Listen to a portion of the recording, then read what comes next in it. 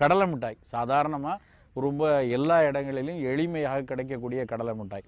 இந்த கடலை மிட்டாய் வந்து உண்மையிலேயே மிகச்சிறந்த ஒரு சிற்றுண்டி, மிகச் சிறப்பான உடலுக்கு வந்து வலு தரக்கூடிய ஆற்றல் தரக்கூடிய ஒரு உணவு.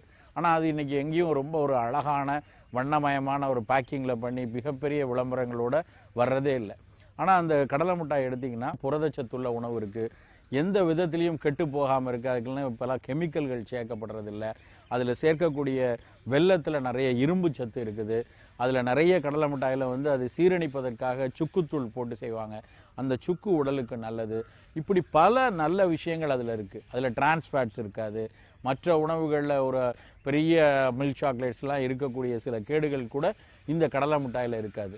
அப்போ நம்ம வந்து எப்படி இந்த உணவை அறிமுகப்படுதுன்னா, குழந்தையிலிருந்தே இந்த கடலை மிட்டாய் நல்லது. இப்போ உதாரணமாக ஸ்நாக் பாக்ஸில் நம்ம உணவுகள் எடுத்து கொடுத்து விடுறோம். அப்போ வந்து அதில் நம்ம